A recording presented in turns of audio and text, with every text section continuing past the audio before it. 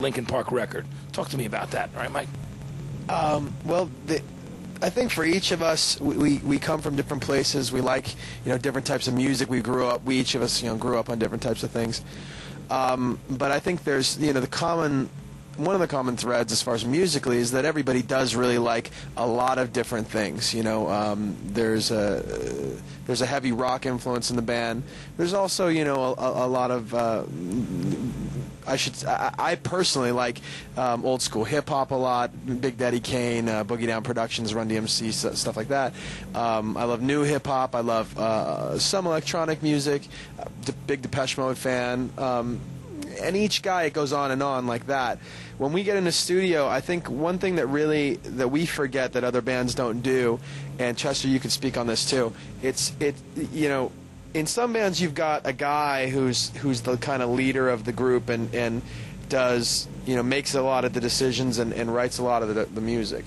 And in our band, we kind of have people that are, maybe that's their special gift, that's their area that they kind of excel in, but everybody excels in it to some degree and everybody has input to some degree. So whether you're talking about Joe with our DJ, he does most of our videos, he's a special talent for that, and also everybody in the band is involved to some degree. So when it comes to the studio, I really love being in the studio, I love writing, and we make sure, and I make sure, that in the context of making a record, everybody has input.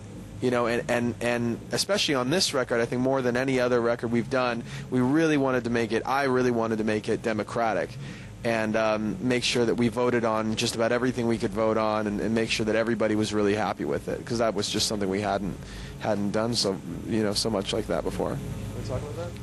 Yeah, it's interesting. We really... I've never worked with anybody like this. I've never worked with any kind of job. I've never had any kind of relationship in any form that is anything like what we have in this band. We all have the ability to to compromise, and we all have the ability to understand what the greater goal is with everything that we do. It's really interesting because, there are guys in the band that, may not be in the studio writing all the songs and everything like that, but, what they bring in terms of their opinion and in terms of their insight into the songs that are being written can change the direction of the album and can change the direction of what the songwriter is doing. And that is just as valuable as the person sitting in the studio working on a song. And the same goes with art direction. The same goes with putting a tour together like Project Revolution.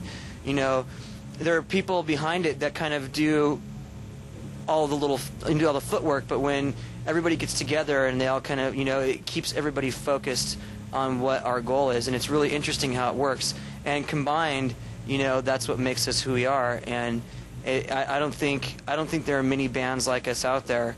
But I think that's definitely one of the things that makes us unique, One more thing I just wanted to say real quick is when you sit, for anybody, a lot of people, watching are creative people, you make something, whether it's a song or a piece of art, instantly, like when you're doing it by yourself, you've got an idea of how you want it to be and how it's going.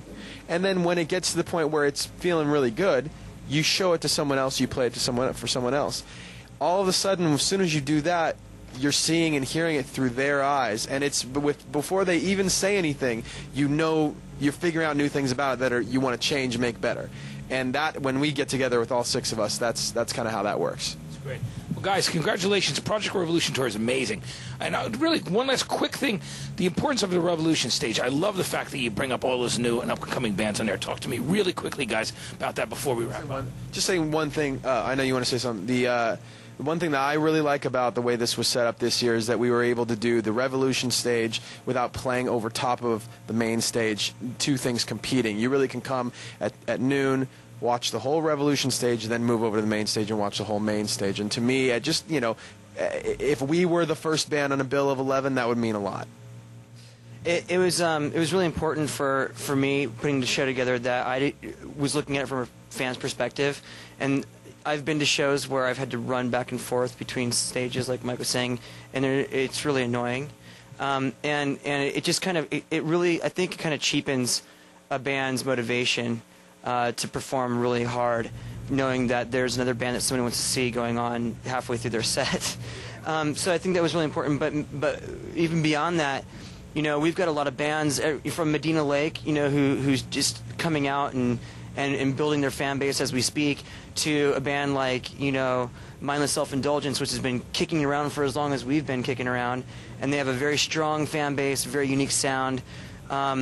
It's amazing how they all work together, and they're all so positive, and the kids are getting there early. Like, I think there's like every day there's an average between 4,000 and 5,000 kids that are showing up at noon to watch these bands, which is unheard of, you know. And a lot of them are saying they've been on other tours where, you know, it just wasn't this much excitement this early, and they feel like they've really gotten what they came out to do. They've accomplished that goal. And it's really great to see, you know, the guys in Medina Lake, you know, now they've got 400 or 500 kids standing in their meet and greet lines every day, and it's just growing, and it's awesome to watch that happen, and it's great that this is the place that can be done. So, you know, I'm glad they're going to get out of here and go tell other bands that they tour with, you know, about Projekt Revolution and what a positive experience it is. And, you know, we this year has just been a great bunch of guys, a great group of bands. The crews have been awesome. And it's just been probably one of the most enjoyable experiences I've ever had touring. So it'll be hard to beat this one. Guys, thanks again. It was great to talk to you, as always. Always good to see you. Saw you earlier on the tour. Saw you when you did the first show for the new album, all along the way with you, and it's been great. So thanks again for seeing us and hanging out with us today, and letting us in your dressing room. And everybody that's watching on myspace.com right now. And again, the tour's been great all summer. It really has. Thank you. All right, so Linkin Park will be coming on just a little bit. I'm going to send it over to Jackie right now. Speaking of Mindless Self-Indulgence, we love those guys, and she's going to be backstage talking to them right now. I'm going to get out of here and let these guys have their space. Take care now.